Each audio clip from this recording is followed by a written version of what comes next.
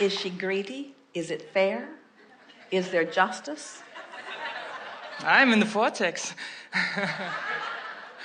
I have a question about sometimes I'm feeling very happy for days and weeks, and then my life is really in a kind of flow.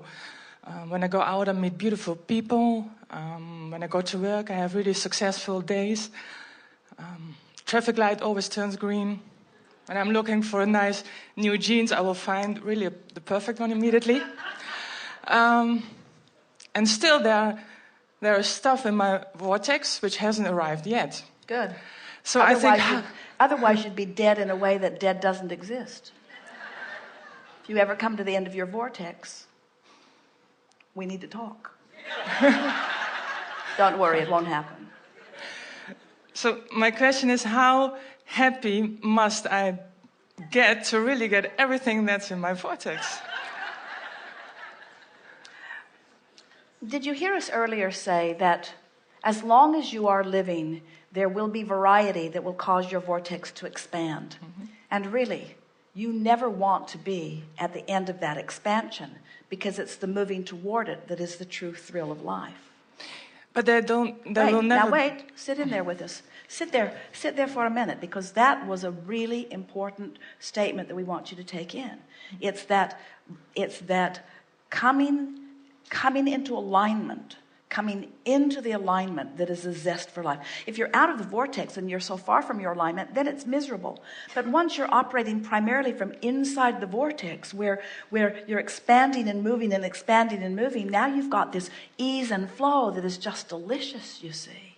And it's as we were talking to our friend who is writing this, the screenwriter, that it is the eruption of the new idea that is the thrilling thing. It isn't the accomplishing of the idea. It's the eruption of the idea. It's the giving birth to the idea, and the next, and the next, and the next, and the next.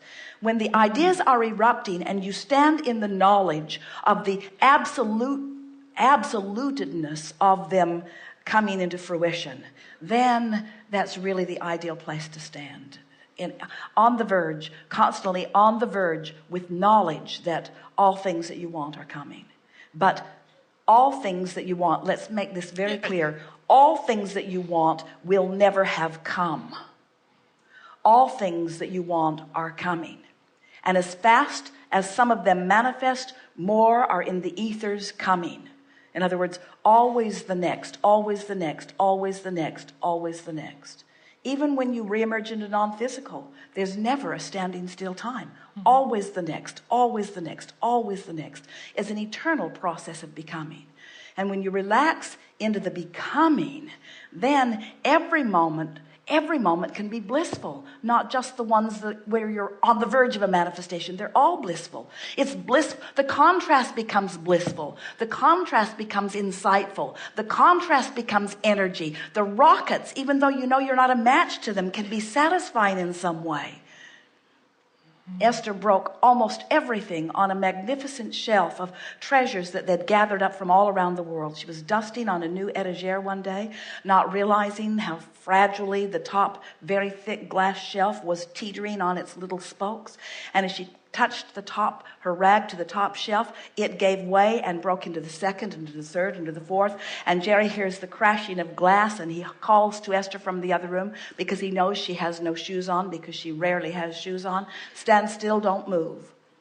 And as he came, there were shards of glass sticking in the floor all around her, and Esther was standing there in the midst of the rubble of Yadras and Sabinas and all kinds of treasures. And Jerry said, "Oh good, something to want."